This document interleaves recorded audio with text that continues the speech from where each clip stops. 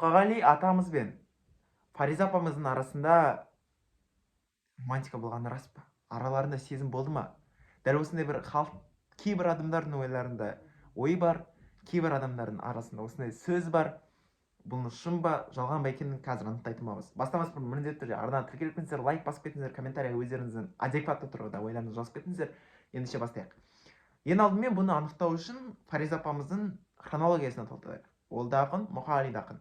Фариза апамыз Алматы қаласында Қазақстан пионері деген газетте редакторлық жұмыспен айналысады. Оған дейін Фариза апамыз Атырауда Лениншіл жас деген газетте де жұмыс жасайды. Сол бір жиында Фариза апамыздың кітабының редакциялық жиынында, редакциялық талдау жиынында бір ағамыз, Сағи деген ағамыз Фариза апамызды сынға алады.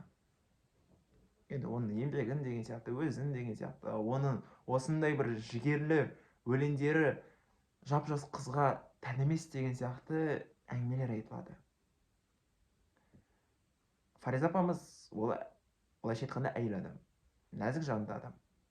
Әрине бұл сөздер ол кісіге ауыр тиеді, сүйегінен өтеді бұл сөздер. Осы бір кезде Мұқағали атамыз алады да жаңағы бір айтылған сынды әдемі арашалап алады Фариза апамызды. Демократиялық тұрғыда бір шешет деп айтсақ болады, өзінің өлеңдерімен дегендей. Осыдан бастап араларында таныстық басталады. Міне, осы жерден басталады.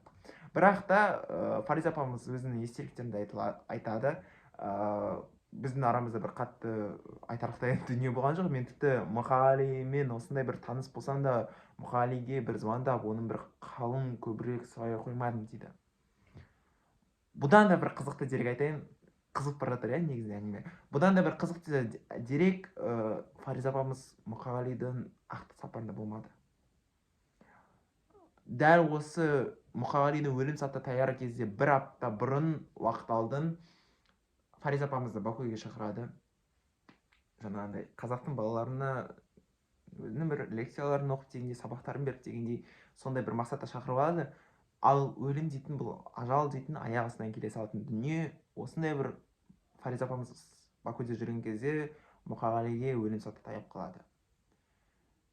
Мұқағали өлердің алдында, қайтыс болардың алдында, бізде қазақта қайтыс болады дейді, өлуді өсімдік жануарларға айтады, ал адамға дүние салды дейді. Бұл дүниеден өтті, қайтыс болды деп айтады.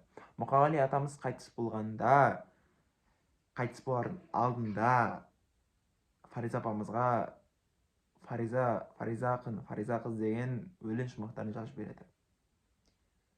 Фариза апамыз бірден жаңағындай хатты қолына алып оқи сала, көзінен жас тамып тұра билет алуға асыққан еді, елге қайтуға, Мұқағалидың ақтық сапарына қатысуға. Бірақ қайран өмір, билет болмады, билет қалмады. Осындай бір аянышты, өкінішті жағдай. Бұл жерде романтика болды деп айтуға келмейді. Мүлде қисынсыз, мүлде өтіріктен құрастырылған стереотип. Бұл таза ақындардың бір-біріне деген мейірімділігі, адам ретінде жақсы көруі, бір-біріне жанашырлығы, аға мен қарындас ретіндегі байланыс. Осыны міндетті түрде түсіну керек.